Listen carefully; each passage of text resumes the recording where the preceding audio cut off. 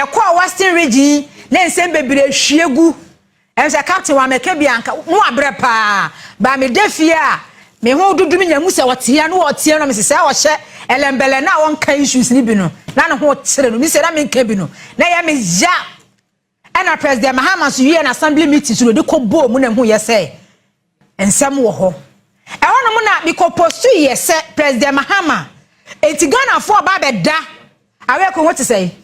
so ho ye pa Ghana for ba beda asori ni yakọ election 7 December 2028 na president Mahamadu so won ko biem ni yakọ akoto aba NPP presidential candidate NDC presidential candidate President Mahamadu so won ko biem they say my biggest fear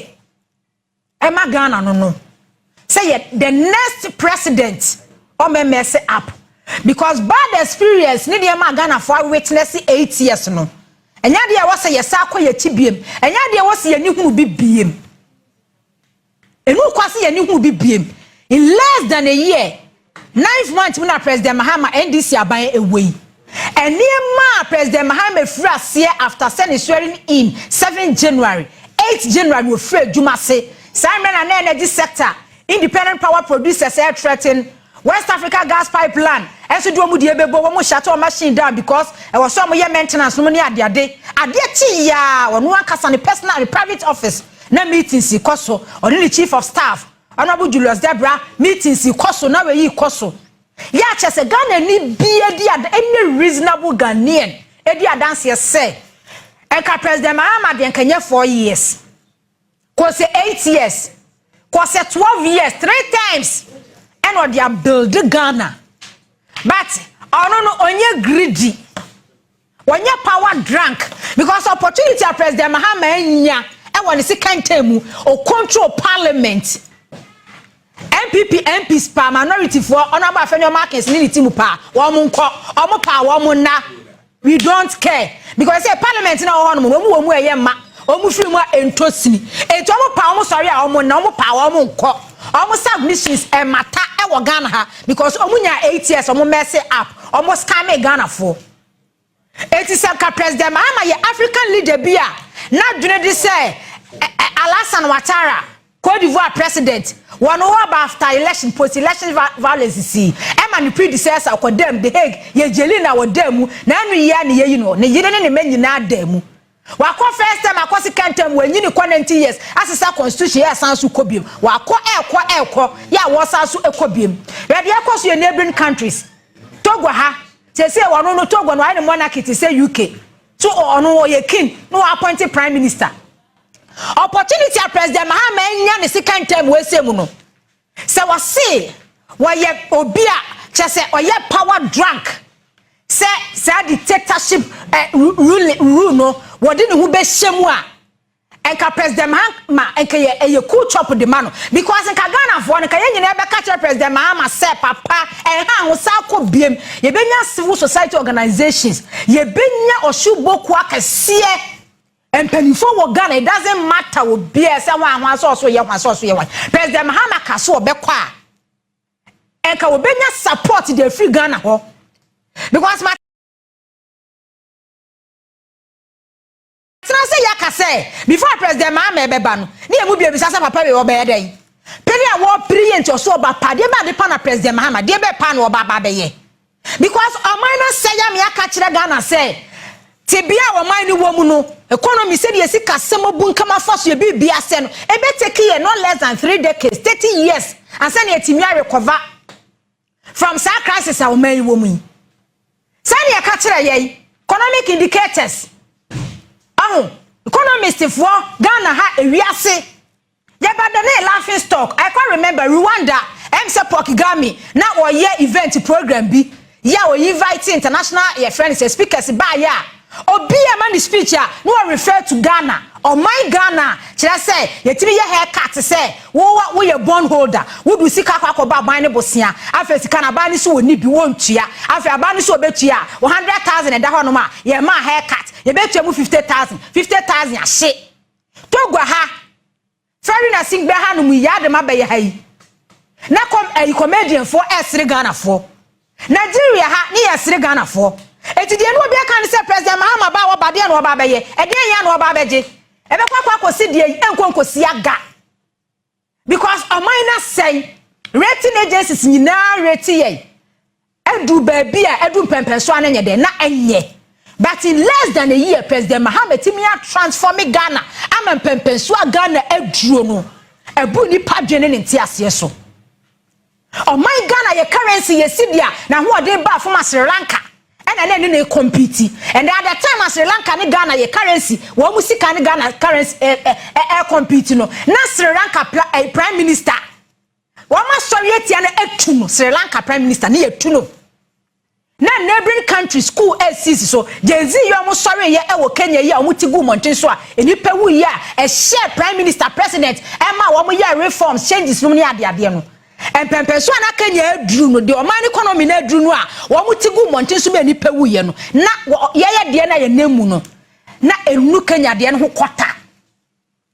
na enu Kenya de no ho kwata o ba hwe de si ye wo Kenya where do you see ye wo Togo, where do you see ye wo Mali, where do you see ye wo other African countries. But it's a bia no my Ghana wo mo no. Na kira say ye de no eso ese wo mo de the bet 20-30 ye de no bet 30% and anu mo namba hwe ku ana sisi we de na sisi.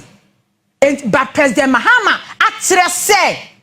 empenindie no say ye bu baby say ye de shower say ye de asoa wo say de be no. Wa kira say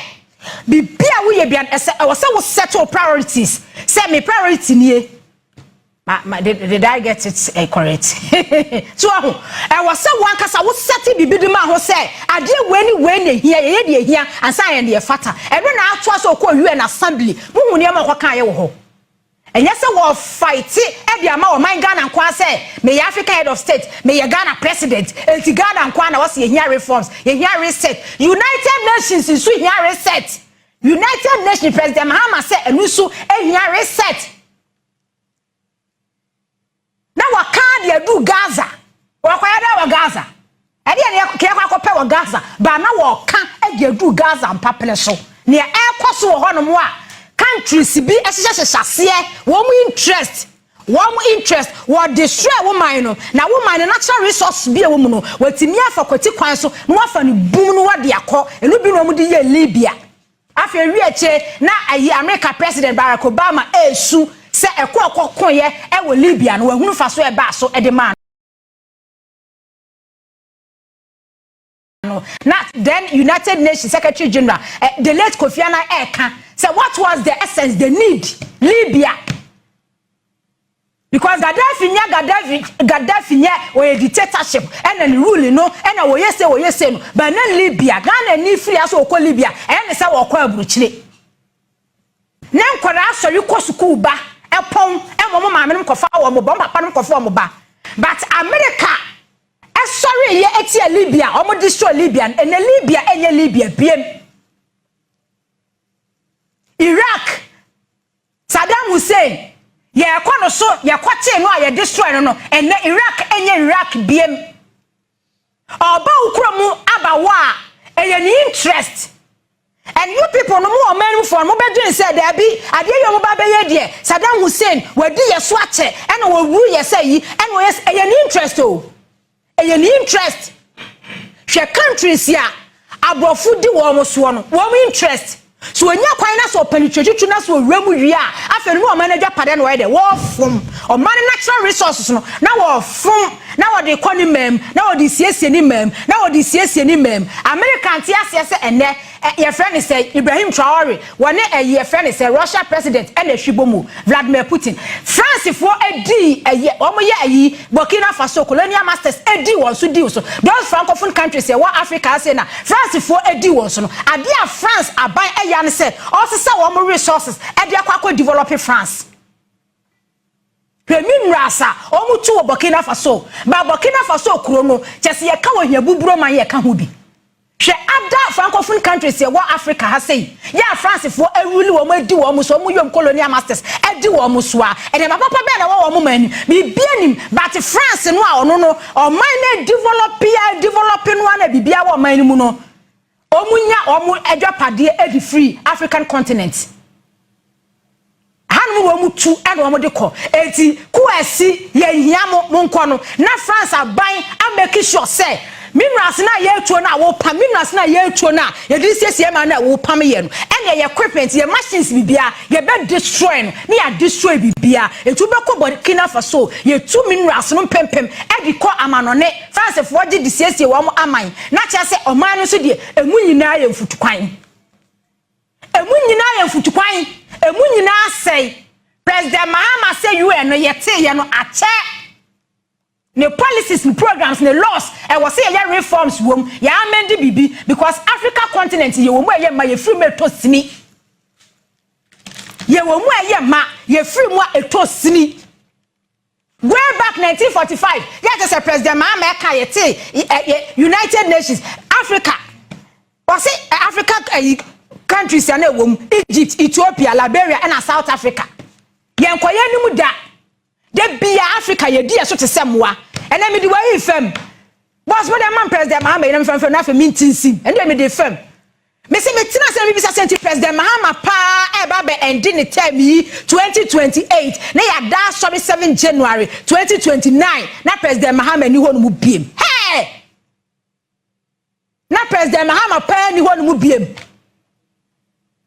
ade a wo ye kosenka wo tuwa so any opportunity ni tuwa so a build wo man no e build wo man ni drum pempenso bi na nka minimum so President Mahama enya kwanya 4 years asa tuwa so a enka UN nyema bebre reforms bebre be koso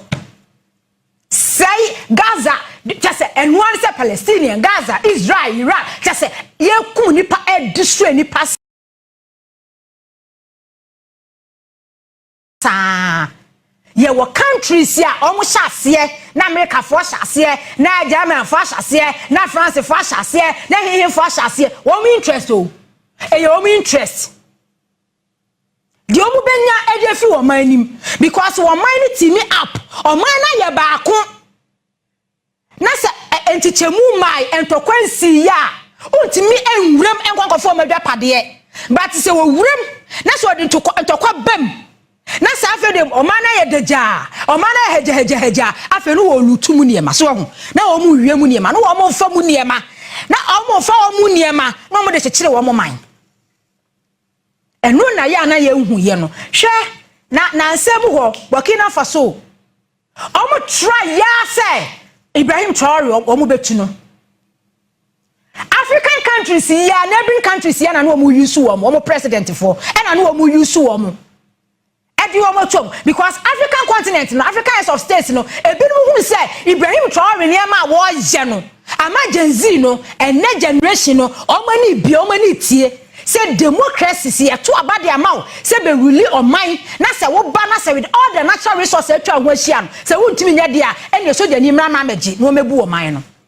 etu wo mtena ase a wo hu ye say da bi ade a ba mu ana fra ase na wo ye no say ya amwa abrofo na me ya ntunu a ene ne woto anu ma ne ye ku woto anu ma na ku woto anu ma na ku enti no France president no France aban any US aban any other countries no Africa has say your heads of states for ni bi ena na chese wo mu use wo mu say kwan me fa so wo betu Ibrahim Traoré kwan me fa so wo betu no esa be mu awe yi a onya 40 years 35 years class onya ye etimi within this short time ye niema we say woni mamu a ye niema woni mamu a na say wo ya papa panimu say ya koto abade ma 7 December ana say ya to abade ama na say bra be president ye say pe democracy ka bi mami nka bi no be president na say wo di mu asem a ene so ja ni mra meje o man no abamu a 20 years 30 years a o mra meje o man no rule me ba choma President Mahama video na me ntwa so na me nkomani so o se ade anya no enye ade a asai no na asai ade a anya no enye yenka sentia yenkuntia enye se e betena ha no mo a na ye hye mra ene ye sanhye wo mo na wo sanhye wo mo na wo sanhye no wa sanhye kwa kosi den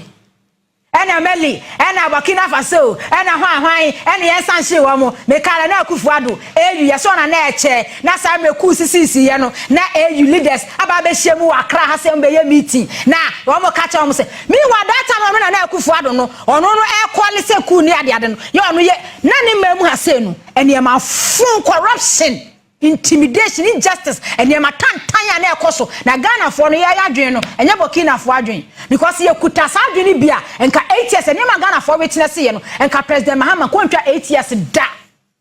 me ba cho ma me video ne enko yentie president Mahamadu na fe yentinsim ne enko ye ni. I've been playing hide and seek with language to find the right words to help us avoid or excuse what we all know is taking place in Gaza. But here's the thing, it doesn't matter what you call it. If it looks like a duck, it swims like a duck, and quacks like a duck, well, then it must be a duck. The crimes in Gaza must stop.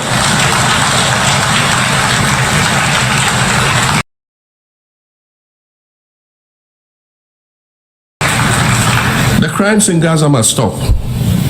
Madam President, I also want to draw particular attention to the conflict in Sudan,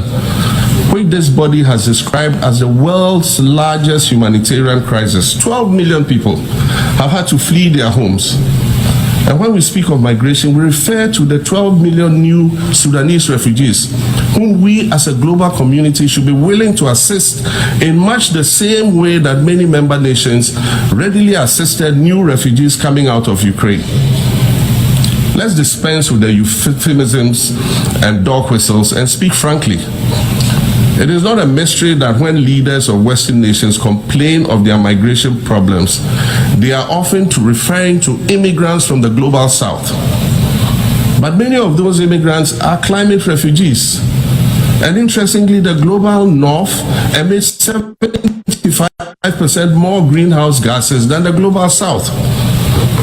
However, the effects of climate change are more severe in the global south because we lack the resources to address them effectively. And so when the desert encroaches on our villages and towns and they become unlivable, we are forced to flee. Wasanshiri, a Somali-born prophet, a Somali-British poet born in Kenya to Somalian refugee parents, was London's first youth poet laureate. She writes in her poem titled Home. And it says, you have to understand that no one puts their children in a boat unless the water is safer than the land. No one bends their palms under trains beneath carriages. No one spends days and nights in the stomach of a truck feeding on newspaper unless the miles traveled mean something more than just a journey. Madam President, we cannot normalize cruelty. We cannot normalize hatred. We cannot normalize xenophobia and racism. If we're going to tell a story, let's not tell it slant. Let's tell all the truth. When we speak of migrants, we speak of Mami Ewusi Mensah Frimpong, a judge on the U.S. District Court for the Central District of California. She's the first black female judge on any of California's 4. Mubu enipa bibini se yede yenka ho bi. Enso yenya UN Secretary General Kofi Annan ya ofiri Ghana ha. Ene wo bobobo. Africa Ghana ha kwa Ghana ha nko akora. Ghana ha. Wo mo yenya wo mo a immigrant fo a omo ko settle ye ewo other foreign countries ya omo atimi akọ manim. Buroni ye tactical wo ye strategic ankasa. Otransia no a plan Obenya ena hesa Ghana ha say ya eti ya ni abiri ye ho a ye wa ayi politicians bi omu ye greedy bastards wa hai obetimi anya bi onwune se ansa na broni no ede na ni asisu no wode urban oba be fa bibi abrofo begu Ghana ha Gadgesburg se Charles McCarthy no ade enye oman no mbelu tu mu adwapade na no mde ko ai omo begu Portuguese fo ena hehefo ye ko school hia ye oman no omo ba na omo ba ye no ya no omo ba ye mi se no makoda Dr. Kwame Nkrumah bed so ena se me ba me kasa eji se me ma history na me kirem na me ka me kwa me nasi koda ne bed so me ko ye ne bed so to me koda ne ntuma kwa akuri me ho omo begu Ghana ha no omo Ghana ha no e de na no omo je amane na natural resources gold na just sika mboano e na sika mboano enwo mu tuko e na fa Ghana for slaves enkoa ne moa enwo mu do mo ye adwuma o mo sese bia so mo do mo kwa o mu du puni fifi no mo ahia wo ma gya o mu no mo do magum anya doctor Osadu Dr. Kwame Nkrumah ke da so ewom kwa mo da so di eso te se moa de obenya ntini interest fourth estate and the revelation biaba omo the report biaba na mehwe se NPP for eye na wo mani abere won se January 2026 omo koyi wo mo flag bearer eye na mi bisa se mo flag bearer no na mani abere mo mo kwa mo de mo koyi na mo de na ye dey mo flag bearer na mani abere mo amu se yenya mo na mo koyi Dr. Bawumia Kema utumi ena 1996 ena president Akufo yi no ena 98 yasanso ko yi president Akufo na ka 11% ba Dr. Bawumia de aka 11% enti wo se de ma Dr. Bawumia abronya nso ginafa ena wo se Dr. Bawumia ba ye favor Dr. Bawumia enu enti ena January sansa na mkaka no Dr. Bawumia na mani abere mo ho na mo se mo kwa akoyi no mo koyi na mo de na bepe mu ni ana asem se edi na mo de na ba ye she NDC co-opposition 8 years on they were consistent. NDC betimi akira wo say stabilization fund ejawewum second fund ejawewum one fund ejawewum but NPP co-opposition 9 months ni enu ho scandals corruption eye no nko nkontabuo nko na eba na we no adan me da wo say Mr. Fourth Estate ade ya mudi be Sammy Awuku anu director general National Lottery Authority ade ya mode be ya mani abere mpin enkonkosi aga enti na nu ya report bia ba enkofo akasa president Mahama ase ye nya wonu no edu ba bia because ade na ya pepese president Mahama ye no enya na wo ye ko titi NPP fo ngum onko titi wo ngum onchi wo ngum because ye ntimi ntira wo memu population that is 3 million na ni paka krabi abusuafo ka krabi na fofo ka krabi emedi wo manya bro emedi wo manya then the audacity say this same crop of criminals this same crop of wicked people asanso agange up eni abre ye koyi flag bearer ye se kwan bia so ye sabedi president because Ghana for ye moa before test Sammy Awuku dia wotiche kwa abonti mponie ene wudi do nya de se kutu seba ai Sammy Awuku dia wotiche ye kwa abonti mponi dia ene wudi wunya pa wo deputy no mutimi ko sponsor awards na no deputy ne akukura award kese ne dia mamu mienu National Lottery Authority akwa ye mra se wa mo ye good your friend say Causes Foundation Good Causes Foundation no na emra bata yes section 2 media ya na mo section ne cross ne ade no at 722 na yakoye emra be dia to say National Lotto no ye tisika bi futuo bi dia to no ma ye dey boa the needy in the society the aged the needy nyankafo mobrawafo ye de eboa wom Sammy Awuku na eda no wono na da no Sammy Awuku ene da no hwe ade a sika ba wo mani futuom mu sebe nkwase asema mudidi ye 8 years ba Sammy Awuku na mhono mi our presidential ambition Sammy Awuku na mhono mo no our president or be said that be about the president na National Lottery Authority akwa da no watwa foto say we dey be boa the needy e wo society ewi akire no ye di bi ya presidential diary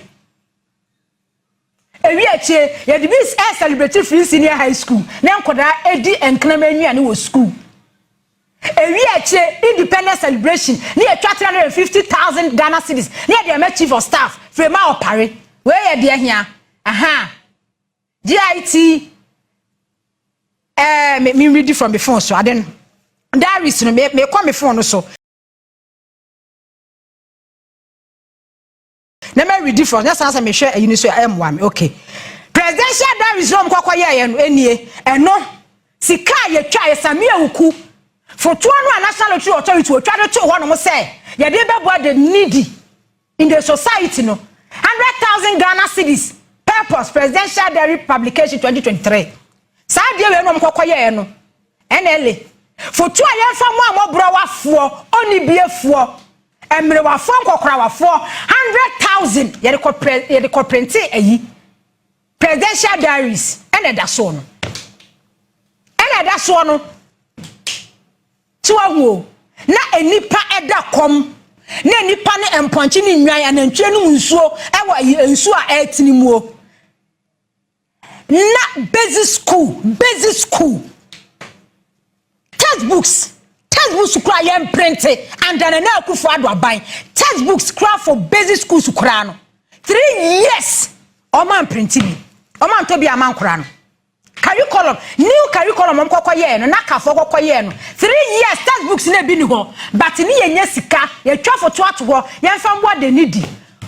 womu ni bie mobro wafo ewo o man Ghana mu no Sammy Awuku ne da no Sammy Awuku ne da no na sika no sabi omu didi nkwase asem ewo krom ha madam Frema Opare de enu nsunie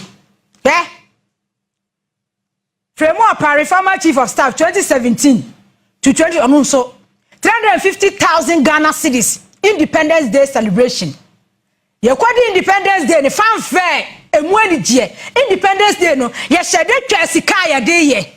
but emu fanfare emu party emu cocktail emu anigye no ne ya tabiri sika National Lottery Authority etwade ato se ye de board the needy among us no 350,000 ne akase Frema Opare eyo obatampa yenye oba we chief of staff ne de eniema be ye na ya tam 350,000 Ghana cedis na ye de madam Frema Opare na sika no ahye ye de akwaje yani ye de akwaje yani kwa 350,000 Ghana cedis na sika no ahye ye de chief of staff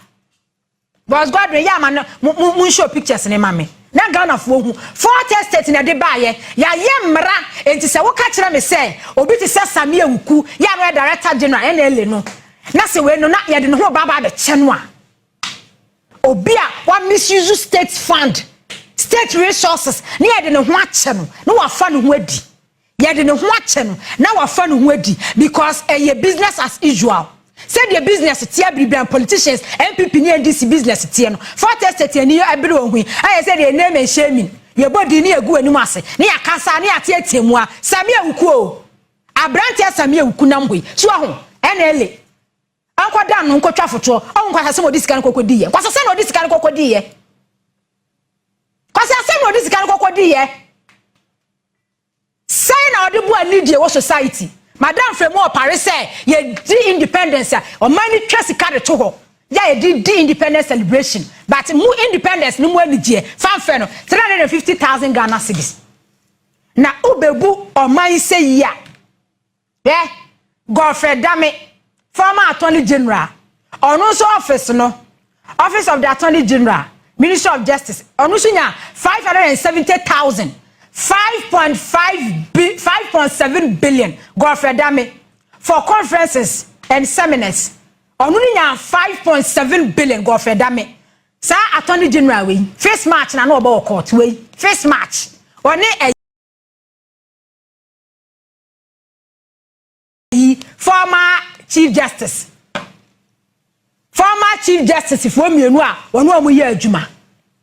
first match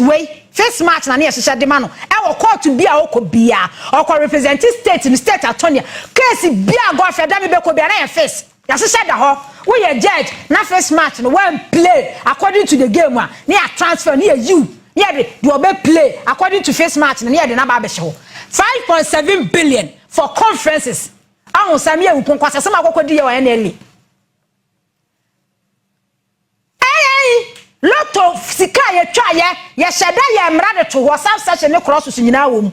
so ahun crosses nyina wom ahun kwasa sama Sammy Awuku di ye e wa NLA so ahun 5.7 billion otan de ma Godfrey Dame say on fan koya conference any seminars so ahun me boboko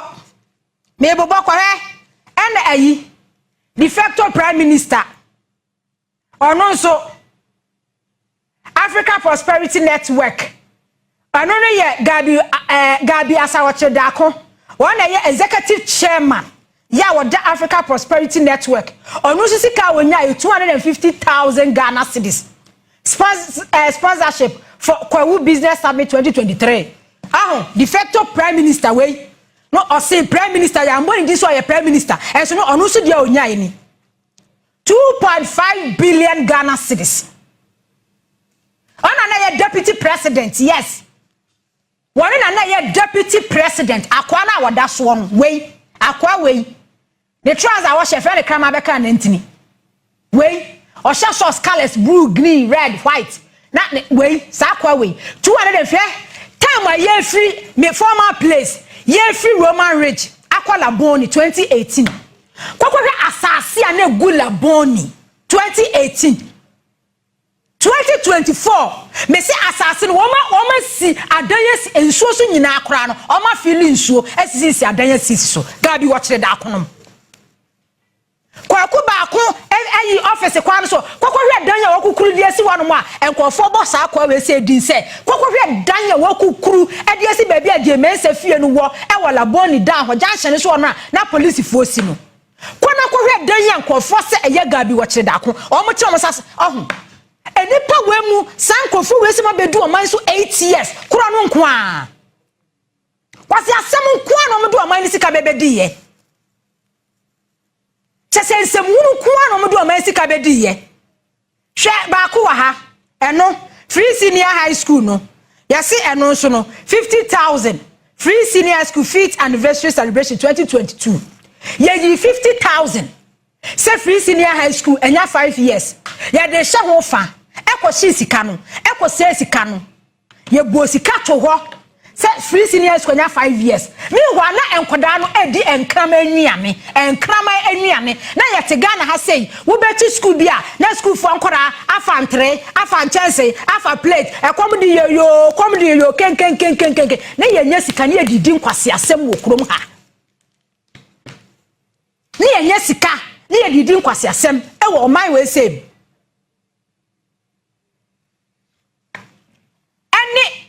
any friends we say ye CEO Network Ghana Chief Executive Network Ghana almost nya 350,000 Ghana cedis just almost ye need dia ho sika na Ghana destroy ye no enu nti na Ghana no essay ye no because there was no value for money for 8 years sika na eba o man futuo mu no na chese enu ane se ye create we ni ye lutu na ya share omo sheda introduce policy bi e di program bi ba na when we Ghana ni a wadwen say oh Sammy Awuku Director General National Lottery Authority was set up your friend say fund bi e wo lottery ho no mo a odi be board need e wo society was said omo bua e kwa fashion be bokoro no e kwa mo de be bokoro no e kwa mo de be wi Ghana fo eno ho bra na no wo mo bo Chief Executive Network Ghana no 3.5 billion eno Sammy Awuku kwasa asem odi ye wo National Lottery Authority na binie se muna odi ye oni ne deputy ni bia omudi ye na anie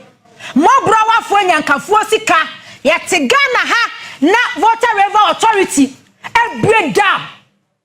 awe na twia fa nipa so ase nkrofo adwapade nkrofo adampom nkrofo niema ne yenya aban ne yenya mu president ne na Akufo Addo Kwaku gina ho no kase mo kwa mo nto aba mame akora mi jenke nu kwa se me ba nkrofo na katem se me mra ha na me yehwe ampara abaya ne manfo awu yeyem etutu se na ye deliberate se wo mo be di voter fo ani ahwie nso adi agu wo mo so aban na ehunu nyansa nka se National Lottery Authority abofutuo bi di ato ho a ye di body need wo society enti se sika no ye koyi bi na voter fo ye disaster ato wo mo no ye individually wo betia Ibrahim Mahama wo betia ye se first guy wo betia ye se hwan wo betia se hwan ana net but abana eye ni so mandate the responsibility say Water River Authority e bi enso bi le twa fa nkofo so enti enkwahwe wo mo no abana ampanfi sika e ba futuo mu no omo be create bibi omo flip flop policies na ye disika no anya disika no o ma che no o ma wia na o ma che enti no NDC opposition ne ye ka stabilization fund de jawe wo hwan fan NPP de bi ni hwa no mo sa NPP de aye Scándal aye nkwase memuo aye nkwase asem mo do o man ni sikadi ye state resources state fund enti na ya me ya se attorney general be jawro maka kire Ghana for se NPP aban aye constitutional amendment enti brand office na ni member emeya agreement se sika na wo wi aye no sister 40 who the sister bafa who di 40 ase eno na ya na du baby ya na eja no se wo tena se now we scandals we corruption yeah cause so 8 years e ma Ghana from pimpim wu ye e ma Ghana from pimpim eno aduane bo wo mo they need the among us ya set it aside fund dey bo wo mo na World Bank and report aba say Ghana population over 800,000 e da come because sikana ya di be bo need no Sammy nku didi nkwase asem odidi nkwase asem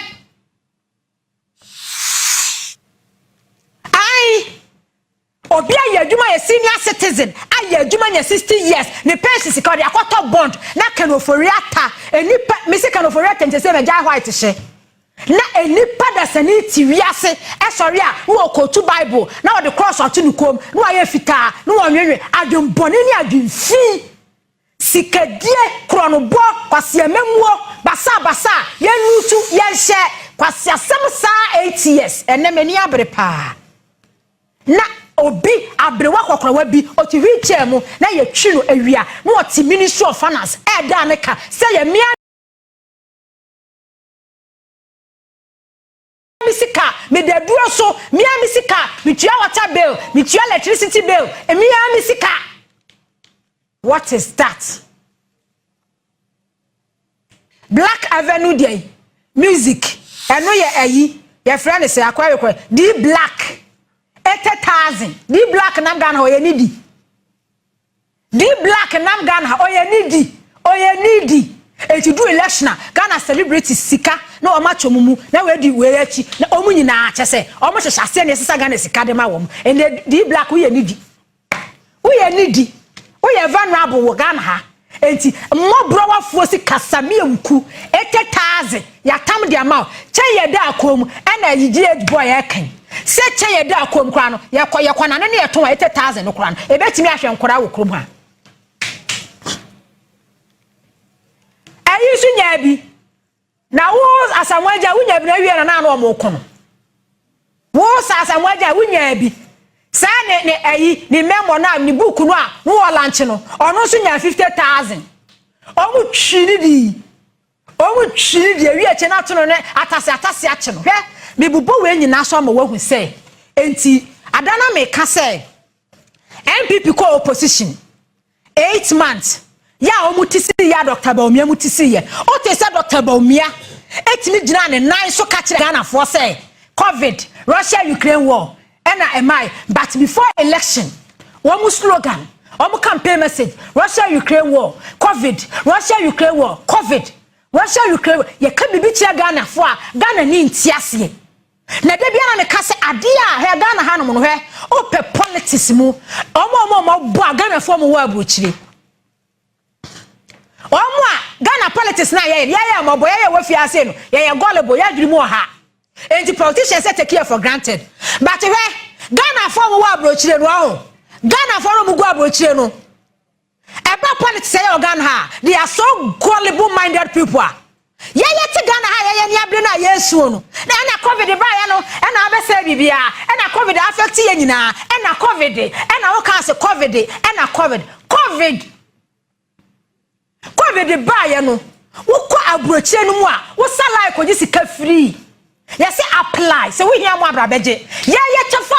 ye 25 billion Ghana cedis. Sikano NPP for making sure say 2020 omu be che sikani nyina, omu be wie sikani nyina.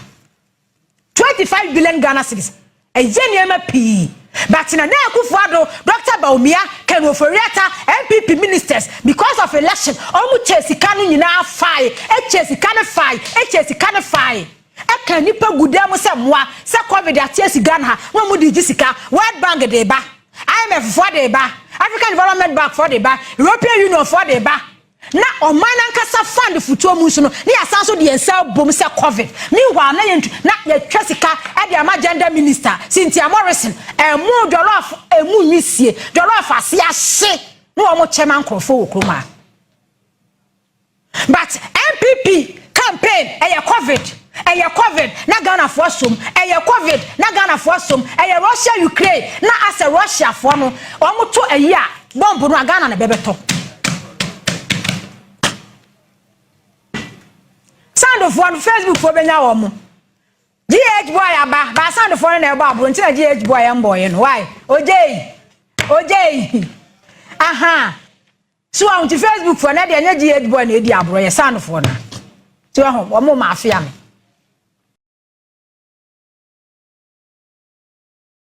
Oh. What da? Say Dr. Bawumia, ya no head economic management team. Na one NPP for e da wo ma no. Omo sheda na omo communication team egu dem. E na omo ka che omo say, "Mumma mu message nya ba ko pe. Ghana crisis no, economic crisis no, e ye COVID, e ye Russia Ukraine war, e ye COVID, e ye Russia Ukraine war. Enti baby e be fa bia no. Na no na che say TV so, radio so, Jennifer Queen no, NPP communicators, e ye Russia, but for COVID, en kanya COVID en kanya Russia Ukraine war, en ke starting here. Kanya hey! Wo kanya asasema kire Ghana ni a ofiri se tetemu na wo pe ofiri se wo ye dede tuatua na so bua onfa mu aba hunu mu nyansa emisa se COVID no Italy fo akum kwa no ohawa ye to mu Italy fo kwa mu bi America fo akum wo mu no ohawa Ghana fo fam na America fo fam mu bi COVID started China na COVID started ye no ohawa Ghana ekomu no China for komu sebi because Akufo Addo Bawumia omo yes scammers ebe scammer Ghana for amemuo since 1957 Ghana nya ni independence aban ko amabanya ba but abanya was scammer or scammer Ghana for Akufo Addo Bawumia now World Bank catch Dr. Bawumia because President Mahamadu Bawumia say COVID no enya impact e wo Ghana so enti Dr. Bawumia nya hodi be ka say President Mahamadu confirm Dr. Bawumia we ye nipa bonifo nti na ene wadane laughing stock wo Ghana we even within one kasa party NPP wadane laughing stock ene nkofo sesro nkofo jojo wo bibi no no ma okay make sense e wo Ghana ha economic risky economic desire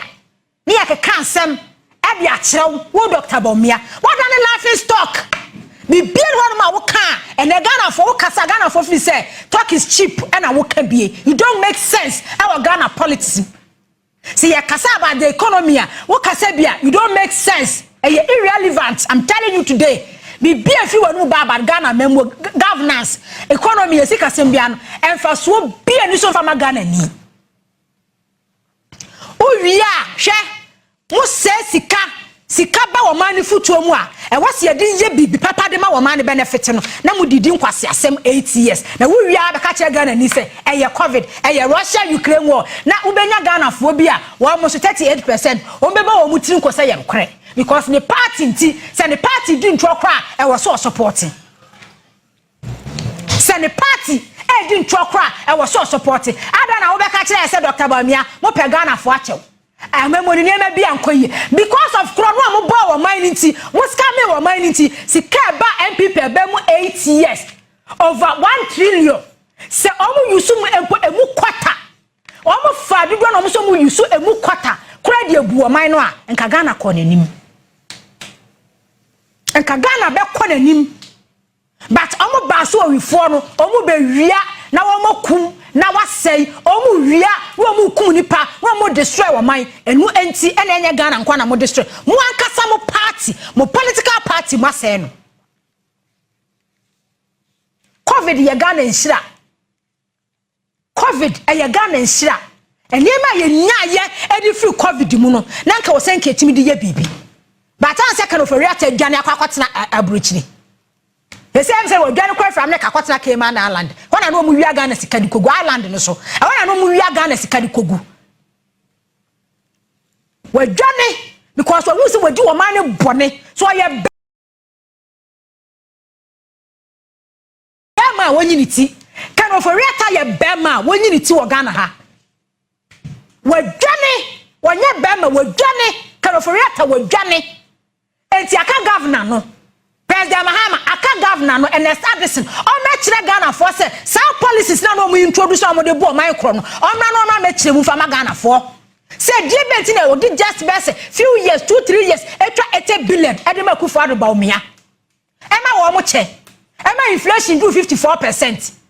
e ma Ghana ka etimi jump ya more than 800 billion na debt to GDP a jump over 100%. because sika eba o mani futuo mu enkwase asena no mu didi ebi na Sammy Awuku ete enele ho ma no odi no owie ye no wakọ abu akwaye no afa na south wakwaje MP at parliament o protection e won ho kwase asema wadi ni nyina wo ho no no okwache no a e beka se parliament wo ayi protection emra bon ho ban enti uchi na enye yie no o mani be da na konanim o man no e be da na konanim attorney general say what na no mo ka say wo wie sika bra ne ye negotiate na utimi tia sister kura fa hudi a o man be da na konanim o man no e be da na konanim NPP for me bo videos bi amam ma hu se anami bi kwa mi westi me time ho chama untumi se akofo 2020 no aka 11% na no dia wini Dr. Bawumia aka 9% chama untumi o chairman na wudi the politics no ntiase President Mahama NDC actually Bawumia 1.6 million votes. You think say you better na one mo ama NDC aban amese up. Who feel say you better na one mo ama NDC aban say President Mahama 4 years into amese up. Na yes afa Ghana memu nsanhye mo nsana. Me say NPP ene Ghana ene ye serious. Na ka NPP no aye na adwene say a serious political party and kasa regional executives, national executives. Sa mo your friend say mo mpani fo no mayi wo mti Kennedy Agyapong, Dr. Bawumia ne bre champion no no. Ko sen ka NPP fo e clear wo nyina do mu gu nchen. O mu nyina o se ye pra wo mo pepraye. Mo national executives, regional executives.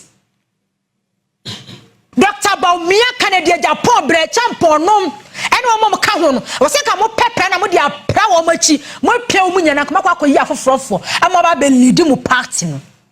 na wa tra no aka che se aka Dr. Bawumia 9 pe wo bi se Ghana for ye Gyamfi for you think Ghanaians we are fools Gyamfi for na tudi machi 2016 no aka kakra bi o aka ketua bi because ultimate country say COVID any Russia Ukraine war and they destroy one by Emma mo mess Ghana the fortunes of this country mo destroy no the future of my way dachi mo destroy no aya defo aya sikafo ameni pampempem ewu eni pampempem ma suffer wo Ghana ha na no me hu say GN bag Dr. Kwaku Sindum ya the last samano mo gu banks e wo Ghana ha banks here just 9 billion mo gu banks no boka over 25 billion afa na say bankers e mema adani Uber drivers Uber o sorry no she ni suit wo ka bia o tu a ni fie for free so call bank wo ko twi car just 9 billion Muboka 20 over 25 billion wo Ghana ha 25 billion mu mebu ho akontantre ya Ken Ofori Atta dwane and start this so minim de NDC abade ye and start this ya oda so hye kurom ha ye nche no na waka kire ye say aka 9 pe aka 9 Dr. Bawumia be president and nanka Ghana nanka sebi o mamu ni pa ye moa I'm saying it wo Ghana ha say Ghana for pa 7 December kwa akoto santin say ye akoto abade about Dr. Bawumia ne NPP this crop of leadership people we mu say and na Ghana for pa ne sebe na ye moa ye kan ye so ti say nwan because no reasonable human being and what Ghana ha say ya wo dasumi ye so esori a obeka say ade Ghana for fam 8 years no okoto aba e de ma Dr. Bawumia okoto aba e de ma Kennedy Agyapong e de na wo ye Gyamfi e komani obesi cathedral de amaye yo e de na wo ni munyansa de nipa fam wo Ghana ha 8 years de nipa wura mu 8 years ye Gyamfi e ye animal kingdom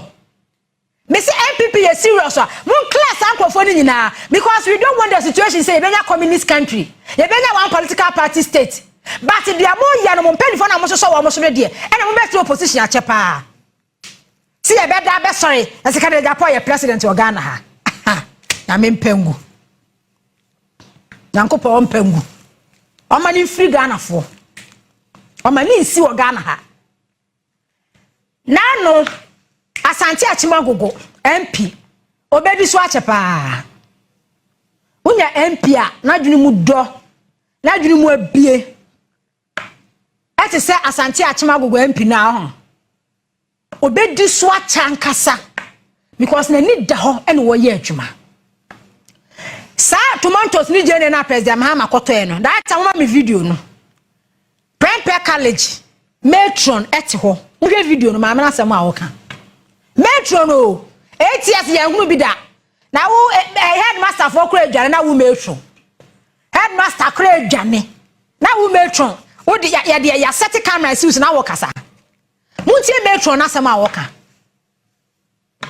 Mama mi matron ni video no. Kwame Frimpong be na nyame nhyira wo pa yensaka wo tomanto na de bre na metro remember na le ka ze ni de ni yensaka maje ebinom so de omo be mba ni nyina de aka mo so mba be fa ne very short and that's nyame nhyira ya sa do bra wa that's the pa remember ka le de we kitchen why that's my be na nyame nhyira that's nyame nhyira mo abi sam if you come oko nyame nhyira ni ma come oko nyame nhyira ni ma Amen. Asante Achimagogo na Islam. Nana me po, what do you want? You're from the Lali. You are from College. Kitchen, and ask my dear. It's our idea. You mean Slano. You mean Slam, baby. You see, can you friend already? Amen. Therefore, Asante Achimagogo dana si abeti senior high bank man. The saka induce any gene. The minister on a banning kuma obi abiane di na se ni perifu ya ma ehira na me ehira na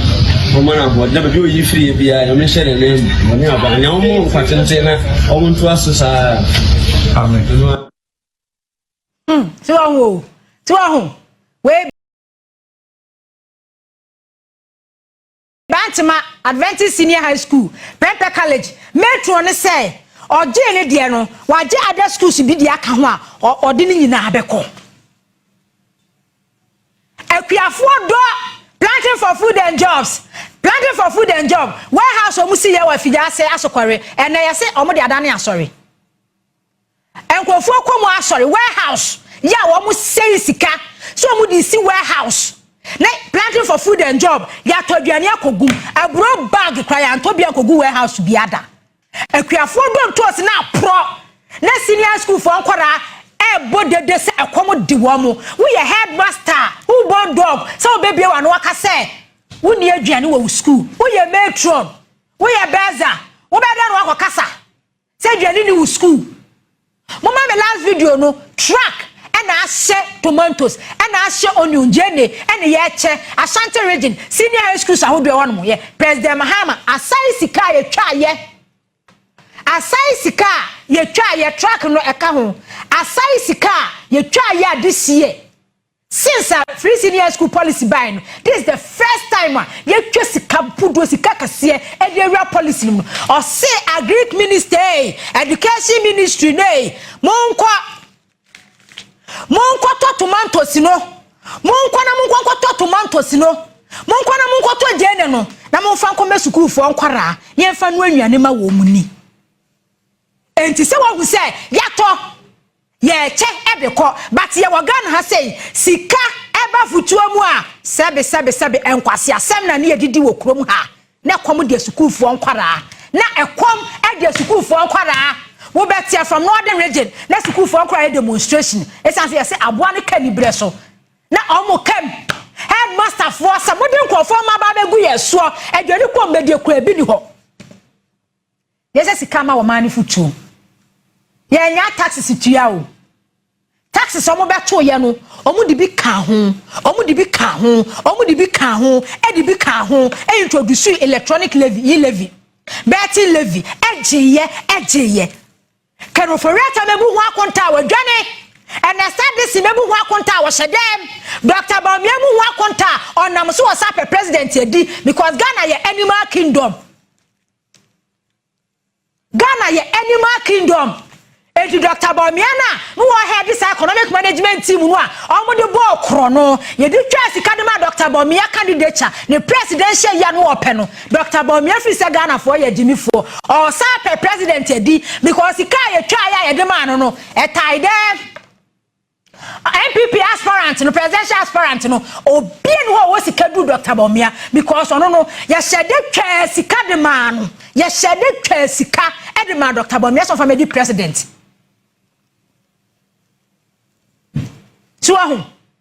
but ene aban papa ba ye nya president ya odwini nipa ho odwini woni bie ho odwini mo brawafo ho se mo boni amu bedi ye hwe what is president Mahamadu president Mahamadu ba ye 8 years na meka kan ye adumu a NPP ye beka e do Mahamadu ena contract no omo sani ineses nti eba ho ka ensuo ma galamsey ebo president Mahamadu bi bia na kwaso organ hebia na ye president Mahamadu aduboni bia esi ye 8 years bia no omo bo president Mahamadu ebo ye ene nyankopon bo na covid ba ye ene Russia Ukraine war bo e ba ye ento omo president Mahamadu no abo Russia Ukraine war no abo covid no de aka ho eye Mahamadu eye covid eye Russia Ukraine war ene ma no mo bo ani o ba president Mahamadu 8 years 8 months ni when ma wo ye 9 months when ma wo ye was a better mess ye ekuo bia no mo ye wiki no mo ye criminals I syndicate criminal syndicate pa robbery syndicate pa and 8 years on bedi ye so na o ma destroy wo man no okay for video no to so mami enya afa no obeye say ena he ena ya hye na ye de ko no we Ken University senior high school he on jenne tomatoes ya hye monye na musumu di nwane papa eye enkwara no hwe tu ho dada ma is a free senior high school no omo ye dada ma fo nkwara ye be review of the cancellation ye be review ade no ye ne the cancellation a be cancel o be twam do introduce ade no de bae no oso won de bae no Mahamadu so start ye from day and we so no na be ye no sa de ye hu bi da ye review no e so mfa so no ya to hwe enuane ene ya hye Ken University senior high school ya Kwaku ye gugojene tomatoes entu ye kuani a wo atom wo ye parent a wo atom because say oba no odidi breakfast odi lunch odi supper entu wo atom entu ni how say the headmaster for the onso makoma no atum hwe ebra na po ye education minister no wo ye headmaster waduane san wonya shortage o pa adehwe ekura bi e be transfer wo do akwakoto aho no no wa akwa no nya otidi ma no nya tie didi wo ye headmaster computer placement enkoda da abonten wo pa abonwe ekwan ya do be fa so